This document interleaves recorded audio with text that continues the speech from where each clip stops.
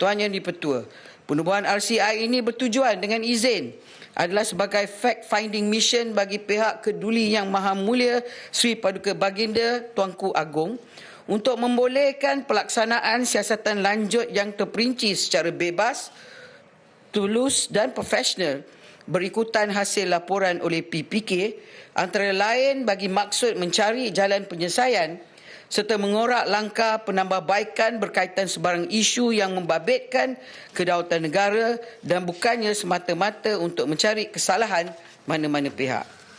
RCI juga dibentuk ini mempunyai beberapa kuasa penting dalam menjalankan siasatan secara menyeluruh dan mendapatkan kebenaran fakta demi keadilan untuk rakyat Malaysia, iaitu antara lain boleh menyaman orang untuk memberi keterangan, mengeluarkan waran tangkap bagi orang yang ingkar dan mendengar orang yang ingkar. Mendenda orang yang ingkar.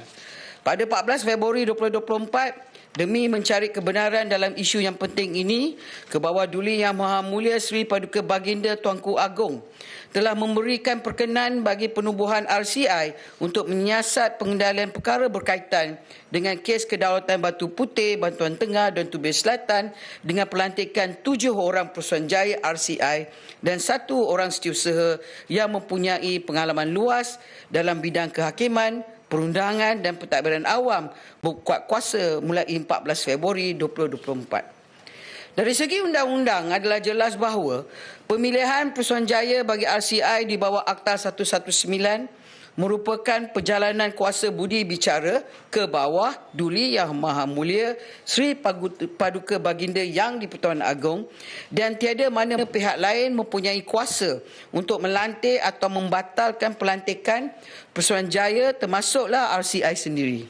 Kedudukan ini telah diperjelaskan secara nyata dalam kes-kes mahkamah di Malaysia. Secara umumnya, termarujukan RCI ini antara lain adalah untuk melaksanakan perkara seperti berikut. Pertama, mendapatkan penemuan keterangan-keterangan lanjut yang berkaitan dengan mengambil kira cabaran yang telah dihadapi oleh PPK serta menyediakan hasil penemuan. Kedua, menyemak, mengkaji dan menyediakan pandangan jika mana-mana pihak yang berkaitan dengan melanggar sebarang undang-undang, norma kerja atau perkelilingan pentadbiran dalam pelaksanaan tanggungjawab. Ketiga, menilai, mengenal pasti dan mencadangkan syur berkenaan dengan tindakan perundangan dan bukan perundangan yang boleh diambil. Dan keempat, menyediakan laporan yang mengandungi hasil kajian, analisis dan syur yang berkaitan untuk pertimbangan jemaah menteri. Tempoh masa yang ditetapkan bagi RCI ini adalah selama 1 hingga 3 bulan dengan tempoh maksimum selama 6 bulan dengan mengambil kira skop siasatan yang luas serta kompleksiti isu yang terlibat.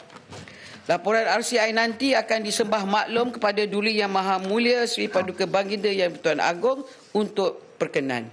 Laporan RCI ini seterusnya akan dibentangkan kepada jemaah menteri supaya tindakan sewajarnya dapat dipertimbangkan untuk diambil berdasarkan hasil kajian ke arah pengendalian yang lebih berkesan berkenaan isu kedaulatan negara. Kerajaan juga memberi komitmen supaya laporan RCI ini dibentangkan di Parlimen. RCI adalah merupakan medium yang paling baik supaya siasatan yang menyeluruh dapat dijalankan berdasarkan input supaya dapat siasatan adalah komprehensif dan bebas selain memberi penjelasan yang menyeluruh kepada rakyat Malaysia berkaitan dengan kes kedaulatan ini.